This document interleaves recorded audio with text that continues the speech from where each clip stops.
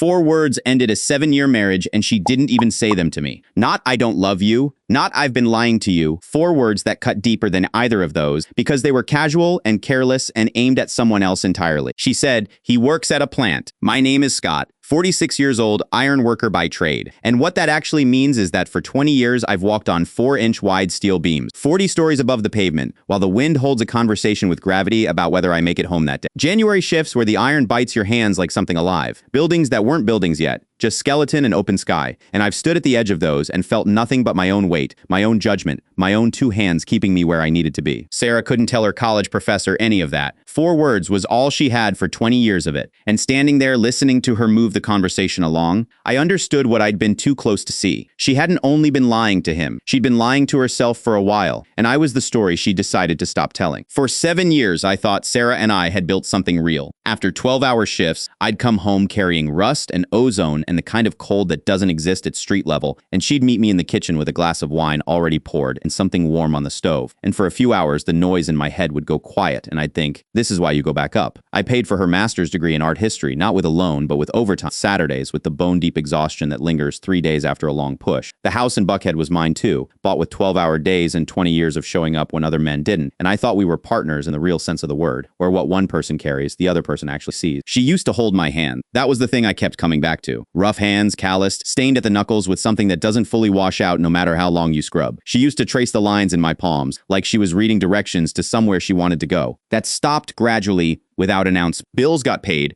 the mortgage stayed current, life moved forward, and I had no reason to look closer. That was the warning I didn't read for what it was, not yet. The shift didn't arrive all at once. It moved in slowly, like rot behind drywall. You smell something wrong before you can name the source, and by the time you find it, the damage has already gone structural. Work function became her phrase for evenings that ran late 2-3 times a week. A new vocabulary settled into the house, references I wasn't meant to catch, names that came with a particular careful lightness. She started looking at my hands the way you look at something that makes you uncomfortable, not with disgust, but with the specific unease of someone who'd started seeing herself differently and needed the old version of her life to quietly recede. I convinced myself it was stress, told myself that long marriages go through quiet stretches, and kept talking myself out of what I was already assembling piece by piece. And then we went to the Scott antique market. She wanted a statement piece for the living room, a room I'd paid for. We were moving through the stalls when she stopped, lit up in a way she hadn't been in months, and called out to a man I'd never seen like he was exactly who she'd come looking. Dr. Eris Thorne, late 50s, elbow patches on a jacket that had never seen weather, hands that had never gripped anything cold. He asked what I did. Sarah didn't hesitate. Her voice went light, dismissive, the tone you use for background information that doesn't need much attention. He works at a plant, she put it, and moved on. Not he's foreman on the new Atlantic Station Tower. Not he's been building this city for 20 years. Just that. Like I was a broken appliance. Like I was a nameplate she'd forgotten to remove. And then came the look she gave Thorne. Half a second of shared frequency. The quiet satisfaction of 2 people who believe they're standing in the same light. I'd seen her give that look before. She used to give it to me. I didn't say a word. What settled in wasn't anger. It was clarity, the kind that arrives when a problem you've been carrying for a long time finally gives itself a name. I started paying attention. 40 stories up, you learn to read pattern. The way a beam shifts before it gives. The way wind loads move before they turn danger. What you don't check today is what puts you on the ground tomorrow. And I'd spent 20 years wiring that logic into my bones. So I applied it to my marriage. The mileage on her car didn't match the library trips, not by a few miles, but by dozens. Work functions ran late on nights her department didn't hold events, which I confirmed. Methodical, quiet, I documented everything the way I document safety violations on a job site. Specific, dated, with no room for interpretation, no confrontations, no accusations, just data. And that's when I found the phone. She'd hollowed out a copy of The Great Gatsby, a book about a man who destroys himself chasing a life he was never going to have, and tucked a burner inside the spine. The text removed whatever doubt I'd been holding on to. 9 months of dates, a frequency that didn't read like confusion or a single moment of weakness. This was a decision. One she'd been running quietly while I bought her degree, while I paid the mortgage, while I came home tired and trusted, and never once looked at the scene. The phone went back exactly where I found it. Then I picked up my work jacket and called an attorney. Most people don't know how Georgia divorce law actually works. Georgia is a fault-based state. Adultery is recognized grounds for divorce. And when adultery gets proven, it shuts the door on alimony for the spouse who committed it. Full stop. My attorney built 3 independent streams of documentation. The communications recovered from the device, the financial records showing marital assets redirected over 9 months, and a verified timeline of her movements cross-referenced against where she'd said she was. Each stream held up on its own, and together they formed a structure with no exit. The joint accounts got frozen, legally, with counsel, with every paper in order. The house in Buckhead, the one I'd bought with overtime, Saturdays, and 20 years of walking iron, went on the market with a realtor I trusted. Filing the papers happened on a Thursday afternoon, not in anger, not in grief, but with the same focused calm I carry on high wind days. One foot, then the next, then the one after that. You don't rush on iron, you don't hesitate. You move with intention, and you don't look down until the work is done. The night everything confirmed itself. I didn't go home right away. Instead,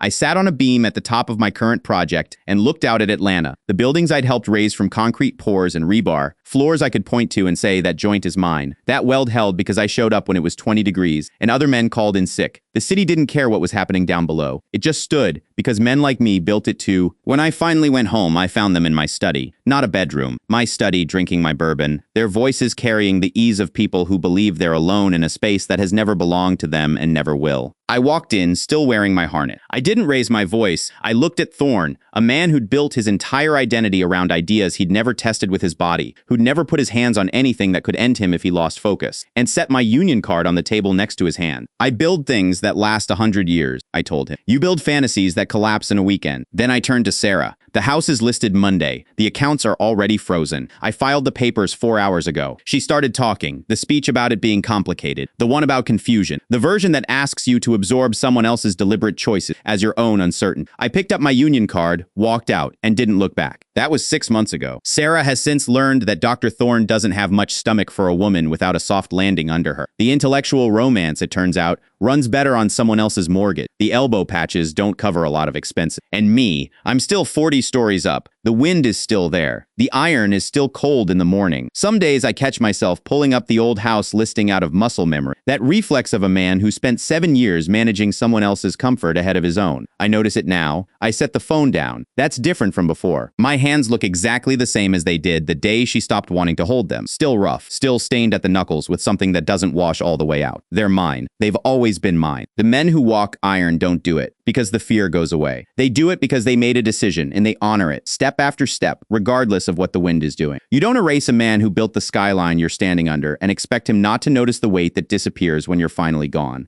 We don't grab back on. If you're watching this and someone has quietly reduced you to a sentence, he works at a plant, she's just a nurse, he drives a truck, you know what you've built, you know what your hands have touched. Let them figure out what they had after it's already gone. Put it down. Keep moving. Please like, comment, share, and subscribe.